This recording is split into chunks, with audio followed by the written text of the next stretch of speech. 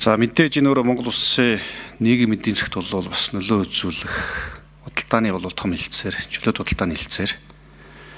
Тэгээ энэтэй холбоотойгоор гишүүдийн хэлж байгаа асуудал харилцаа ашигтай байх гэдэг асуудал гэж яриад байгаа. Харилцаа ашигтай байх.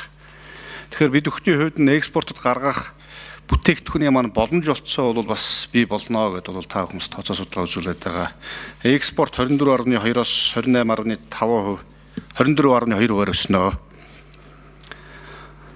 За энэ дотор 367 нэр төрлийн бараа бүтээгдэхүүн буюу 97.5% нь хөдөө аж ахуй буюу мал аж ахуйн гаралтай бүтээгдэхүүн байна гэдэг асуулт байдаг.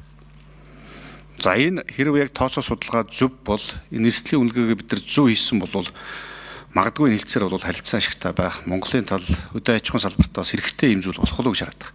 Тэгэхээр энэ дотор ноос ноолуур эдэл мах арьс шир гээд энэ нөр 204 нэр төрөл, 60 нэр төрөл, мал махан бүтээгдэхүүн дээр 29 нэр төрөл, хөдөө аж ахуйн бусад бараа 65 нэр төрөлгээд бараг одоо үндсэндээ 300 орчим нэр төрлийн бараа бүтээгдэхүүн хөдөө аж ахуйн салбарт холбоотой асуудал байна л да.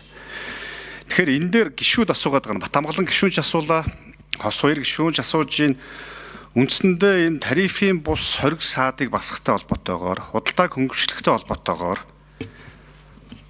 яг Монголын тал өөрөө гэрийн даалгавраа хийж байгаа мó? Бэлтгэл ажлуудаа хийж байгаа мó. Одоо бид нар нэг талдаа хилцээр хийлээ гэвэл нөгөө сайлаа бэлтгэр саваа бэлт гэдэг шиг бид нар ч өөрсдөө энэ одоо юу гэдгийг саяын энэ мал махан бүтээгдэхүүнтэй арьширтай холбоотой, хөдөө аж ахуйн бараа бүтээгдэхүүнтэй холбоотойгоор сая гарал үүсэл баталгаажуулалтын асуудлаар яг ямар ажлыг энэ жил хийх гэж байгаа, ඊрэг жил ямар ажлыг хийх гэж байгаа. Тухайн бүтээгдэхүүнийхээ мөшгөх тогтолцоог сайжруулах тал дээр бид нар ямар ажлыг хийж байгаа, бүртгэл чанарын баталгаажуулалтын асуудлаар ямар ажлыг хийж байгаа гэдэг асуудал. Үндсэндээ манай гаргаж байгаа бараа бүтээгдэхүүн маань өөрөө гарал үүсэл, эрүүл мэнд болоод чанарын хувьд баталгаатай байх, нөгөө нэг хүн одоо юу гэдгийг адаглаад гадагшаа явхад ногоон паспорттай байх гэдэг асуудал яригддаг шиг тухайн тэр малын гаралтай түүхэд бүтээгдэхүүн дээр хөдөө аж ахуйн бүтээгдэхүүнээр дагалдаж гарах тэр стандарт чанар шаардлагын асуудлыг бид нар өөрсдөө биелүүлэх гэж байгаа гэдэг асуудал байна. Тэгэхээр энийг л сая тодорхой бол гишүүд одоо энэ жил эх жил яаж хийх юм бид нар өөрсдөө гэрийн даалгавраа ажлаа сайн хийснийхаа үндсэн дээр одоо энийг яаж экспортыг нэмэгдүүлэх юм бэ гэдгийг тодорхой асуулт асуугаад. Тэгэхээр энэ дээр одоо жишээ нь яг ямар асуудал байна? Магадгүй одоо жишээ нь зүгээр махны үйлдвэрүүд бол зүгээр мал махаал авна шүү дээ. А тэр бэлчээрт байгаа малыг яаж бид нар чанарыг нь баталгаажуулах юм, гарал үүслийг нь баталгаажуулах юм, мөшгөх тогтолцоог нь яаж баталгаажуулах юм гэдэг асуудал чинь өөр болж байгаа. Тэр байхгүй бол үндсэндээ ямар ч бараа бүтээгдэхүүн гарахад хүндрэлтэй л байна. Өнөөдрийн бидний магадгүй 10-20 жилийн таг гацсан зогссон асуудал ерөөсөө эндэл байгаа. Нөгөө малын генетик нөөцийн тухай хуулийн хэрэгжилт өөрөө бас хангалт муутай байгаа гэдэг. Тэгэхээр та хэд манаас энэ дээр анхаарч ижилхэн зүйтэй болов гэсэн энэ асуудлыг бас нэг хөндөжлөх гэдэг. Хоёр дахь асуудал нь энэ сангийн яамны дотрын бодлогын газрын дарга орж ирнэ гэсэн нэрээ өгсөн бол сангийн яамнаас бол ямар нэг төлөөлөл байхгүй байна. За энэ хилцээртэй холбоотойгоор гайлын татвар болоод албан татвар нөөт онцгой албантрууд дээр одоо яг ямар төсөөл тооцоолдог вэ? Одоо бид эдийн засгийн хөгжлийн яамнаас асуухчдоо хариулт өгч чадахгүй. Одоо үндсэндээ уг нь сангийн яамныхаа орж ирээд хариулт өгмөрөх юм байхгүй бол татварын ерхий газар, гайлынхаа ерхий газар дарганаар нь орж ирээд өгмөрөх юм. Нөлөөллүүд үүсэх юм уу? Мэдээж яг гайл дээр шууд нөлөө үүснэ. Хэдэн тэрбум төгрөг үүсэх юм. За эргээд одоо юу гэдэг нь тодорхой хэмжээний энэ одоо юу гэдгийг арх тамхи болоод одоо пивтэй холбоотой асуудал учраас нэг 25% хөнгөлөгдөх ч гэдэг юм шүлэгдэх асуудууд орж ирж байгаа. Тэгэхээр энэтэй холбоотойгоор дотоодын магадгүй аж ахуйн нэгжүүлдэрүүдээс авах энэ онцгой албан татвар, бусад нөөт албан татварууд дээр чинь нөлөөлөл үзүүлэх юм үзүүлэхгүй юм уу, төсөвт ямар нөлөөлөл гаргах юм, тоо хэмжээ хэр буух юм гэдэг асуудлуудыг уг нь асуумаар байгаа. Одоо тэгээд байхгүй юмсудаас одоо яамаар юм те. Эсвэл одоо хариуцлагаас цухтаад ингээд яваад байгаа юм уу? Засгийн газар дээр сангийн яамны асуудлууд дээр ямар байр суурьтай байсан бэ гэдгийг ийм л хоёр үндсэн асуудлыг л асуух гэсэн. Тийм мэдээж хэрэг өнөөдөр бид нар нэг 3 тэрбум долларын бараа бүтээгдэхүүн импортлж байгаа. Энэний одоо 90 хэдэн хувь нь бол туслах материал байгаа тийм ээ. Бензин, дизель түлш гэх мэтлэн. Энэ бараа бүтээгдэхүүнүүд дээр гайлын татвар бол хөнгөлнө чөлөөлөгдөхий 5%. Тэгэхээр энэтэй тэнцэх хэмжээний одоо татварын орлого бол буурна.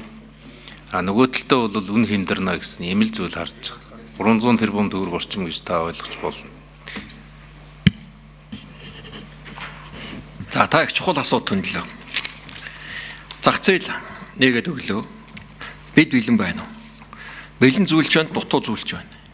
За энэ жилийн төсөв санхүүгийн бодлого бол хувийн хвшилтэд хөрөнгө оруулалт буюу үйлдвэрлэлийн хүчин чадлыг нэмэгдүүлэх шинжлэх зориулаад нэлээд их усөр эргэлтийн болон хөрөнгө оруулалтын зээлэн гаргаад өгч байна. За 26-ны бодлогот бид нэр мал эмнэлгийн тогтолцоог шинжлэх, лабораториудыг шинжлэх, таны энэ хөдөө аж ахуйн гаралтай түүхэд гэдэг бол мөшгөх тогтолцоо их нарийн байдаг. Чанар аюулгүй байдал, хорой цэрийн асуудал их олон улсын их айхтар том хяналтанд байдаг. За энийгээ бид нар сайжруулах том ажил хийнэ. За нөгөө талаас малынхаа үржил селекцийг сайжруулах, ялангуяа өвхөр сүрхтүүд онцгой анхаарна. За тэжээлийн тармилуудыг эрс нэмэгдүүлнэ. Атар 4-р аяны хүрээнд 200 мянган гат багаар талбай нэмж байгаа. Энэ хүрээнд тэжээлийн масыг нэмжээж бид нар мах бэлтгэл дээр нэлээд анхаарна. За ингээ хүний нөөцийг бэлтгэх, хүнс хөдөө аж ахуйн салбарын энэ бүтэц зохион байгуулалтыг боловсронгуйлах зайлшгүй шаардлага байгаа. Одоо яг бидний дэргэд байж энэ бодлогыг одоо зөвлөж чиглүүлэх учиртай энэ хөдөө аж ахуйн чиглэлийн 4 хүрээлэн байгаа. Энэ хүрээлэн одоо өөр яамд хариалагдж байгаа. Энийг яаралтай хөдөө аж ахуйн яамнууд дэргэд бий болгох хэрэгтэй байна. За хүний нөөц бэлтэж байгаа, мэрэгчлээ боловсруулж бэлтэж байгаа тогтолцоогоо эрс өөрчлөх хэрэгтэй.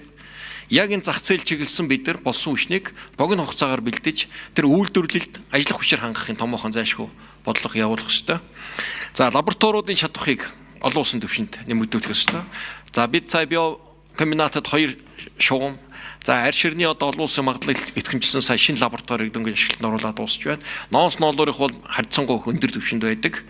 Ингээд хэлийн одоо бүсүүддэх одоо хэл хойд чиглэлийн хийх худалдаанд хийх тэр бомбтуудын хөгжлийн асуудлыг дөрвөлдөх, дэд бүтцийн хурдан холбох, тэнд одоо хорой цэрийн мал эмнэлгийн малын экспортын импортын тэр байгууламжуудыг яралтай барь дуусгах гэсэн мэтийн энэ төслүүдийг 26 оны бодлогодоо төсвийн хүрээнд тусгаж оруулж ирнэ. За энэ дээр дэмжлэг үзүүлж ажиллахыг гишүүдээс хүсье. Худалдааны төр хэлцээртэй холбогдуулаад засгийн газрын зүгээс за ажил хариуцсан сайдар маань хариуцлагатай ажиллаарай. Тэр дундаа энэ төрийн эрх барих дэд байгууллага болсон улсын их хурл гишүүдийн илсэн одоо саналаар бол бас сайжрах чиглэлээр бол ажиллаарай гэдэг бол би бас зарчмын асуудлыг хөндөж бас та бүхэнд хэлэх гэж байгаа. Тэгээ үндсэндээ улс Монгол улс бол бас парламентын засалтай улс орн. Төрийн эрх барих дэд байгууллагын төлөөлөл болсон гишүүд бол бас тодорхой асуудлуудаар байр суурь хэлж байна. Үндсэндээ энэ хөдөө аж ахуйн салбар болоод хүнсний хангамж, дотоодын үйлдвэрлэлийг хэрхэн хамгаалах уу гэдэг асуудлууд дээр л бүгдөө санал зовж хэлж байгаа асуудал. Тэгэхээр энэ дээр та бүхэн манаас тэр нэр төрөл бараа бүтээгдэхүүн оруулж ирэх импортын асуудлууд дээр тодорхой хэмжээнд бууруулах, дотоодынхаа үйлдвэрлэлийг хамгаалах чиглэлүүдээр магадгүй тэр сүүс сүм бүтээгдэхүүн тамхитай холбоотой асуудлууд гэдэг юм уу, нийгэм эдийн засаг, эрүүл мэндийг хамгаалах асуудлууд дээр бол бас анхаарал хандуулж гишүүдийн ажиллагч байдлаар тавьсан саналуудыг бол бас анхаарч үзэх ёстой гэж харж байгаа шүү. Дотоодын аж ахуйн гэж байгууллагуудын хөдөлмөрийг үнгүүдүүлэх асуудал бол зарчмын үед бол байж болох ёсгүй. Ард нь бол бид нар харилцсан ашигтайгаар манай экспорт нэмэгдэж, эргээд бол бараа бүтээгдэхүүн бол бас нэмэгдсэн байх, экспортын орлого нэмэгдсэн байхын асуудал бол гол суур зарчмын асуудал гэж бол харж байгаа.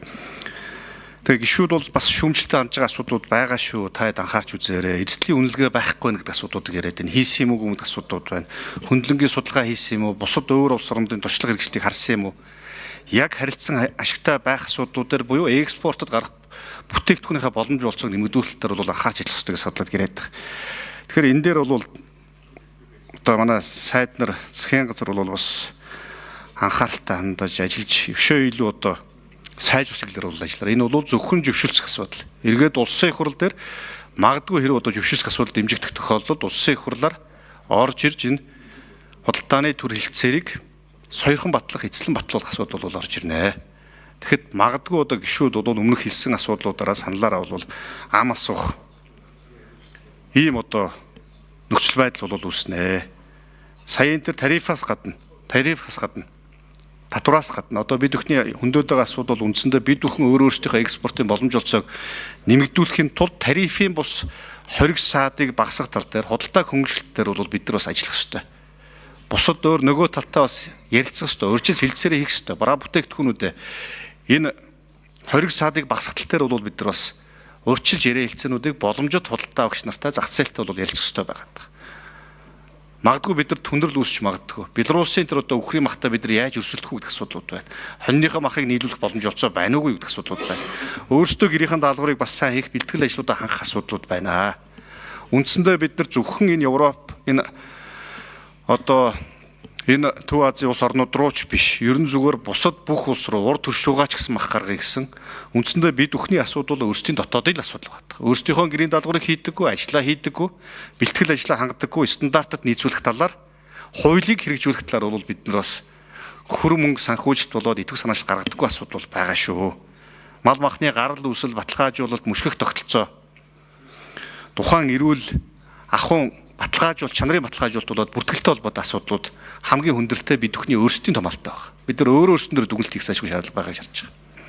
Тэгэхээр энэ дээр бол та нар манаас анхаарч бол сайн ажиллаарай. Гишүүдийн хэлсэн санал бүрийг бол одоо бас тэмдэглэж авч эргээд засгийн газар энэ дээр бас тайлбар хариу нөгөө талтай ярилцаж сайжруулах чиглэлээр бол ажиллах ёстой гэсэн одоо саналыг би бас байнгын орон даргын хувьд дүгнж бол хэлэх байна.